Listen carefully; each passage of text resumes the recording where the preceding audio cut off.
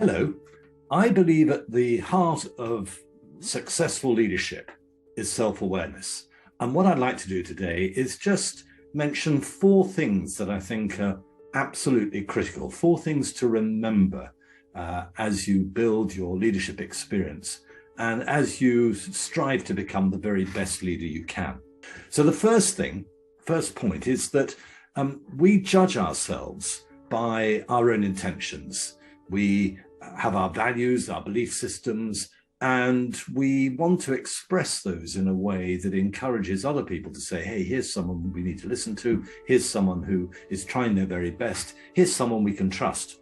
But the issue with that is that we're using our own intentions. We intend to do things. Our intentions are that we want other people to understand us, to listen to us, and to believe in what we say. So that's the first thing. We judge ourselves by our own intention. But the difficulty with that is that actually people don't judge us by our intentions because they may not know what they are, but they do judge us by the impact we have on them, the behaviors that they receive from us, if you like, that they experience, the words that we use, the things that we say.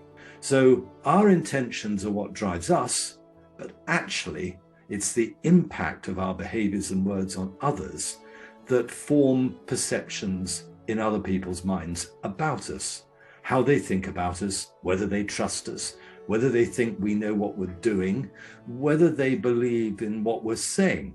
So intention and impact. And then the third point is that in order to understand what their perceptions are of us and to help them have a positive perception of us, we need to find out. We need to ask them. We need to ask them for feedback, something that will help us develop our behaviors, our words in a way that will have a beneficial impact on the people that we're leading.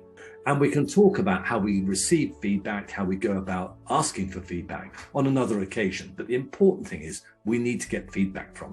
And the final step, the fourth step, is having received that feedback, we need to act on it.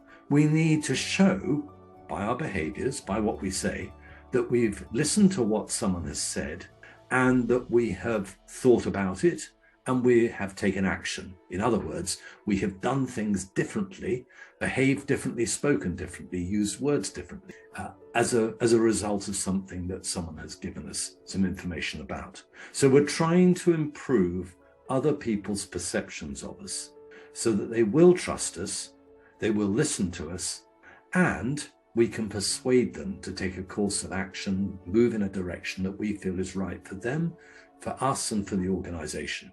So let me give you a simple example. Let's say you're in a leadership meeting and you've got a couple of colleagues with you that report to you. And let's say one of them's called Jill and the other, perhaps another colleague, is called Hassan.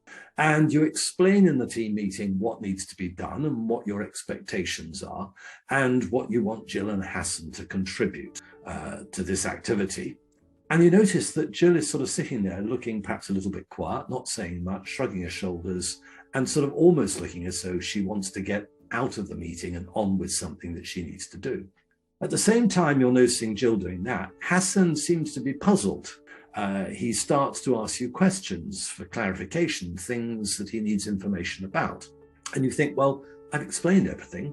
Surely that's enough. So the meeting finishes and you're still left with that impression that Jill seemed, for whatever reason, rather sort of disinterested, and Hassan seemed to be rather puzzled.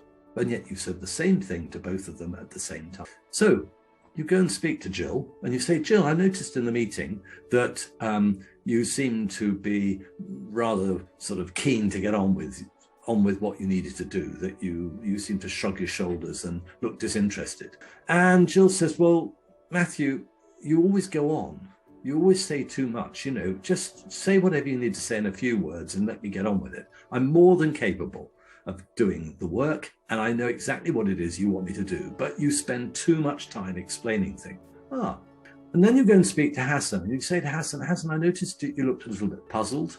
There were things you wanted to ask me, and perhaps there wasn't time in the meeting. So why were you feeling puzzled? What are the questions you want to ask? And Hassan says, well, look, Matthew, I know what you need, and I know I can do it, but I just want clearer guidance. Sometimes I'm not quite sure when you're explaining things that you're clear enough. I'd like a little bit more context, a little bit more detail. So 2 people in your team, both great at what they do, really, really important members of the team, but with a rather different response to what you were telling them. So your intention was to explain, to get them on board, to make sure that they understood what needed to be done. But the impact of your words and your behavior on both of them was very different. So you've now got the feedback. You've got Jill's feedback saying that you go on too much, you give too much detail, you don't move quickly enough along with what needs to be done. And you've got Hassan saying he'd like more context and he'd like more detail. So next time you're in a situation where Jill and Hassan are with you, why not say straight away, look, both of you gave me some really helpful feedback after our meeting the other week. So Jill, I'm not going to carry on with lots of detail. This is what needs to be done. And if you want to get on with it, fine. Okay. And I'll spend a bit of time just going through some of the detail with Hassan. And Hassan, you said you wanted the context. So let me give you the context in what surrounds the work that we're doing. And so you can clearer understand what needs to be done. Now, by doing that, you've done 2 things. You've listened to the feedback, and you've demonstrated that not only have you listened to it, but you've taken it on board.